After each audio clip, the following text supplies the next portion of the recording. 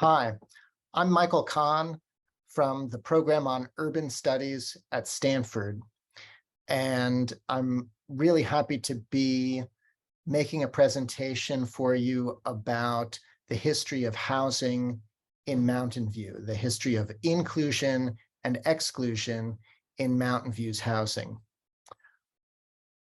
As part of the event on July 26th that's sponsored by the Human Relations Commission, we've also prepared a timeline exhibit, which I hope will be displayed on the web alongside this recording of the presentation. So I hope you've had a chance to review that as well. In this presentation, I'm going to speak for about 20 minutes, and I'll try to summarize some of the information that's there, and I'll be including some more material as well. This presentation is entitled "The City of Good Neighbors: The History of Housing in Mountain View." I live in Mountain View, and I moved here in 1999, while I was still working on my PhD in urban history at the time. It didn't take a PhD, though, to notice some things about the city. First of all, it had a lot of diversity, but there were also some noticeable patterns in the ways that that diversity was distributed in the city. Some neighborhoods were and are mostly white and Asian, and you can see that on the map in these green and orange areas. Others have a significant Latino presence, and that's the purple dots here. And there are relatively few African Americans and Native Americans. It made me curious about how the city got to be the way it is. In preparing for this presentation, I've been lucky to work with some great people who are also interested in these questions, from the Mountain View Historical Association and the Human Relations Commission. Together, we've been working for almost 2 years now, researching in libraries and archives at the city, state, county, even the federal level.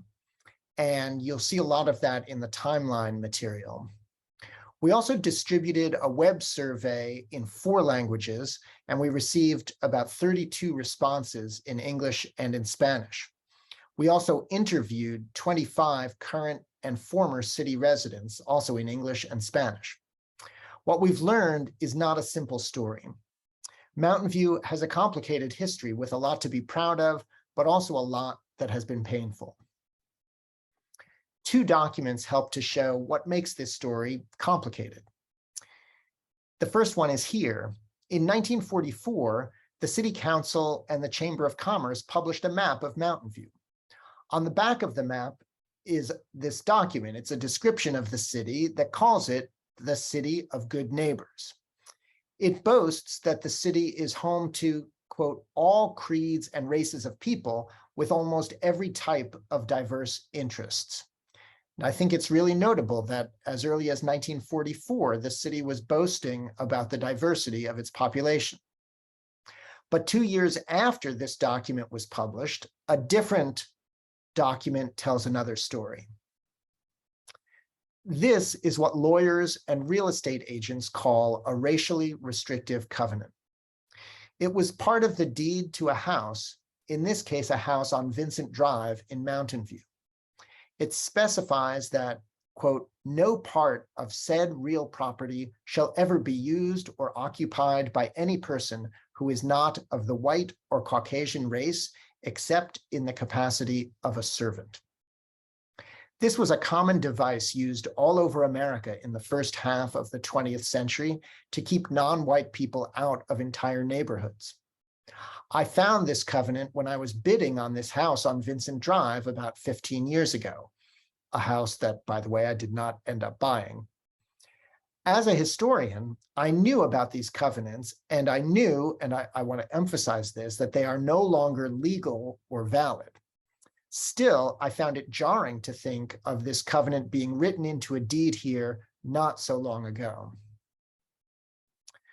The covenants helped create a pattern of many neighborhoods in Mountain View being all white or nearly all white in the 1950s, 60s, and beyond. When Joan McDonald moved to Mountain View with her husband in 1960, they noticed that there were very few diverse neighborhoods to choose from. And we were looking for a diverse neighborhood to start our family. We couldn't find any diverse neighborhoods, and they were all lily white. And we said out loud to somebody, and I wish I could remember who that person was, that we were disappointed because we couldn't find any diverse neighborhoods. And that person said, "Oh, that's easy. You just have to stick to Eichler's." She's referring to houses built by Joseph Eichler, who built about 275 homes in Mountain View. He had a policy of selling to buyers of all races that was very unusual at the time. Even Eichler homes, however, were not always open to people of all backgrounds, as an anonymous resident explained to us in the survey that we distributed. Quote, "So our family home is in the Montaloma Eichler tract. In 1955, my parents were initially denied the ability to purchase their home, being told because of being Asian. This set Dad off. Complained to Eichler that he served the country overseas as an Army veteran during the war. Mom worked at the Kaiser shipyard during the war. He had a VA guaranteed loan, a well-paying job at United Airlines, and was offended that he was denied. It was only after this appeal that he was approved for the purchase." Our research showed the different ways that almost every non-white community in Mountain View has faced discrimination, exclusion, and displacement over the city's history. One of the most egregious examples was the forced removal and incarceration of the Japanese community. President Franklin Roosevelt issued an order in early 1942 requiring Japanese Americans on the West Coast, including thousands of American citizens, to be removed from their homes and communities and taken to distant incarceration camps. This is the Shibuya family, one of many Mountain View families that was forced to leave their home under the order. In the 1980s, the survivors of incarceration received an official apology and a small reparations payment. As Mountain View resident Margaret Nakamura Cooper told us, of course, saying, "I'm sorry" cannot undo the past and bring back the freedom we lost, the property we lost, and the self-esteem we lost. Yet it serves as a reminder never to repeat such an injustice again. I love America not because it's perfect, but in spite of its imperfection, trying to improve. A different kind of displacement affected one of the major Latino neighborhoods of Mountain View in the 20th century. The Washington Street neighborhood, a vibrant center of Latino culture, was literally torn apart by the construction of Shoreline Boulevard and its overpass at Central Expressway in 1969. 115 families were displaced by the project, 82% with Spanish surnames. The result was devastating for the Mexican-American community, scattering its population and weakening its social institutions. It's worth noting that a second similar project was initially planned at Calderon Avenue at a location that would have displaced residents of a majority white neighborhood, but that project was never carried out. Gloria Cias Perry, who grew up in the neighborhood, in the Washington Street neighborhood in the 1960s, told us about the impact that the removal had on her family and her community. When my mom, she ended up getting dementia before she passed away 6 years ago. But the one thing that really hurt her is my dad had planted cherry trees on our property. And I remember climbing the trees, picking the cherries, and then we had apricot and kumquats, and always, going to the trees and picking our fruit. To the day she died, she's like, "I used to have cherry trees." And it's something that, it hurt her to leave her, not the house, because she took the house with us, but the neighborhood. The African-American community in Mountain View has also experienced exclusion and racism in housing. A 1970 audit found that 41% of apartment complexes audited in Mountain View engaged in anti-Black discrimination. Fair housing advocate Susan Russell described one example. I remember going in and the manager took a liking to me, I guess, and he said, you know, at the end of the day, he said, I put a little W at the bottom of the application if the person's white, and I put a little B if the applicant is Black. And he said, guess what happens to the ones with the B? They go into the circular barrel. I want to emphasize that this history of displacement and exclusion is not the whole story. When Mountain View called itself the city of good neighbors, I don't think that was merely wishful thinking. The roots of diversity and multiculturalism run deep in the city. You can see in this slide how the city's ethnic communities celebrated their presence in a harvest festival parade in the early 1950s. Mountain View is a place where people from many backgrounds have felt a sense of genuine inclusion and belonging. As longtime housing advocate Carol Lamont told us, quote, over several years, I lived in 3 places in Mountain View and did not experience the same kind of overt racism that my son, who is Black, and I experienced in other places, including in Stockton, Palo Alto, and La Honda. I rented homes twice and purchased a home once in Mountain View where my son went to middle school and high school, and we felt welcomed and at home there.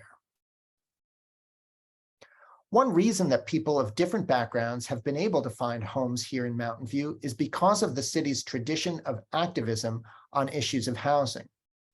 Here's a demonstration in favor of fair housing in front of the Cabana Hotel in 1964. At the time, California realtors were meeting at the hotel and were promoting a statewide referendum to repeal California's fair housing law.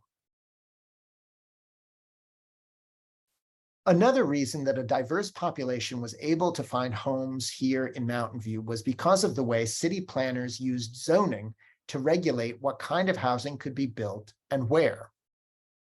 In Mountain View, significant areas of the city are zoned for multifamily residential use. In other words, for apartment buildings and condominiums. Those tend to be more affordable than single-family homes.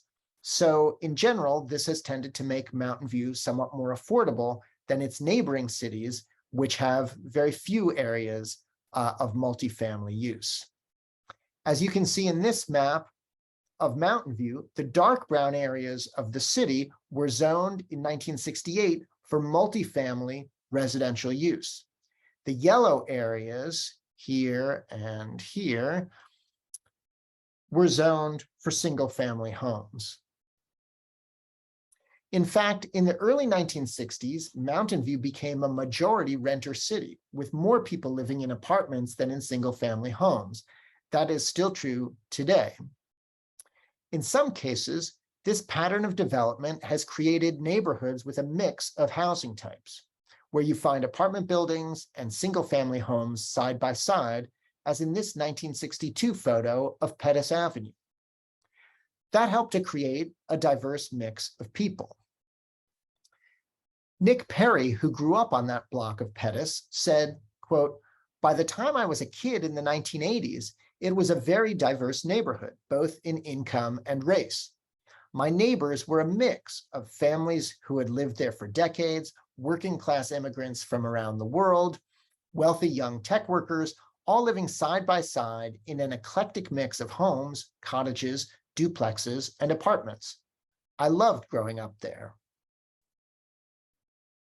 While these mixed neighborhoods were great for fostering a diverse population, many banks refused to make loans there, regardless of the qualifications of the buyer. This kind of arbitrary refusal to lend, or lending only on discriminatory terms, is called redlining. Fair housing activist Betsy Collard describes how she uncovered this practice in Mountain View when she tried to buy a house on Mariposa Avenue, just a block away from Pettis, that belonged at the time to the city's mayor. I called Wells Fargo. Wells Fargo said, no, they were sorry. They couldn't give us a loan on that because it only had one bathroom. Then I called Northern California Savings, and they said, no, they were sorry, but it was a very transient neighborhood of multiple use. So then Bank of America said, well, they would consider a loan, but it would be, I think, 2 points higher or something like that. Of course, I had to tell. And a staff member said, oh, that's redlining. Mountain View zoning has also provided for a diverse population by making space for affordable housing. As early as the 1970s, the city was a leader in adding below market rate housing, such as San Veron Park, which was cited as a model of collaboration between a Stanford-connected nonprofit, the city of Mountain View, and the federal government. The city maintains a commitment to affordable housing today.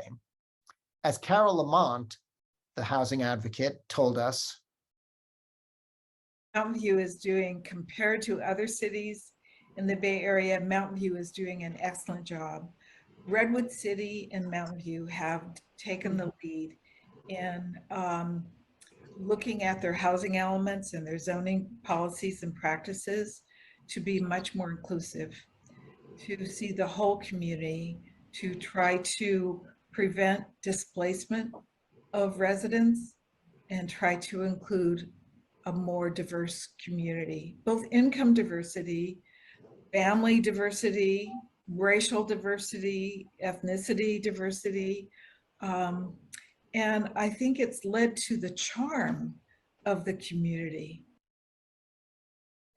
over the last 50 years, the issue of affordability has become more and more central to the city's ability to remain inclusive. Once again, Mountain View's history of activism on housing issues has been important for putting in place measures to keep housing affordable. Tenants in the city began to campaign for rent control and eviction protections as early as the late 1970s and early 1980s. Some 35 years after those initial campaigns, Mountain View voters voted in 2016 to add rent stabilization and eviction protection to the city charter. Rosario Portocarrero explained the key role that activists from the Latino community played and what rent control meant for working people in the city. And we've translated her words here into English. It was hard, a lot of work, and all the groups that were formed in the neighborhood joined, always with a lot of community spirit. It was in 2016. This filled us with a lot of positivity because more families dedicated to service work, cleaning, construction, gardening, etc., would continue to live here.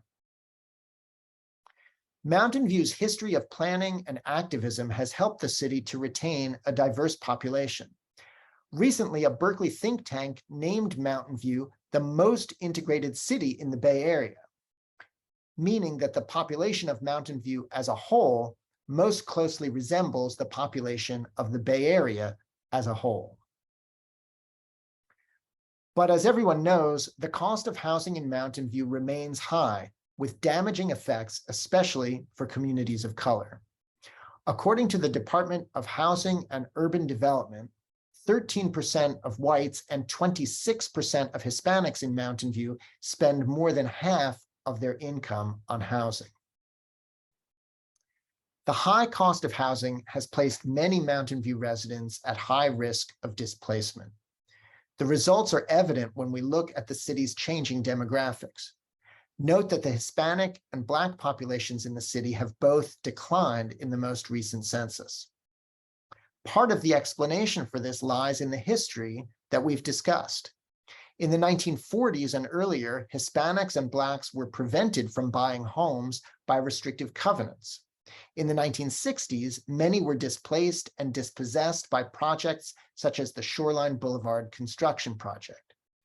As late as the 1970s, diverse neighborhoods of the city faced redlining. These communities thus had fewer opportunities to attain property ownership and amass generational wealth. Now, as renters, they face heavy rent burdens and a high risk of displacement. Renter Cleve Frink explained how the cost of housing is impacting his plans for the future. And so we end up, having those people leave the area, and that's pretty much my only option. Is I'm looking at, well, where am I going to move after my son graduates? Because I got to buy a house eventually, and I don't think it can be here. I would like to stay here. I've invested a lot of time in this community, both civically and personally, and I love it here. But the market is the market, and so I don't think that I would be able to stay here. And simultaneously, many in the city continue to deal with other housing barriers as well. A Latino resident of the city for 18 years told us of an English-only policy that he encountered when trying to rent an apartment, even though the manager was a native Spanish speaker. And I'll play this clip in Spanish, but you can follow the English on the right if you prefer. Quería saber si tienen apartamentos o estudios disponibles. Gran discriminación y gran indignación cuando me dijo, sí tengo, me dijo, pero no te voy a hablar en inglés, me dijo, no te voy a hablar español, me dijo, si andas buscando apartamento o quieres rentar un apartamento u estudio, me dijo. Todo te tengo que hablar en inglés, me dijo. Te puedo hablar español, otras cosas, me dijo, fuera de la renta. Pero si yo te voy a rentar, te voy a hablar todo el proceso y todo tiene que ser en inglés.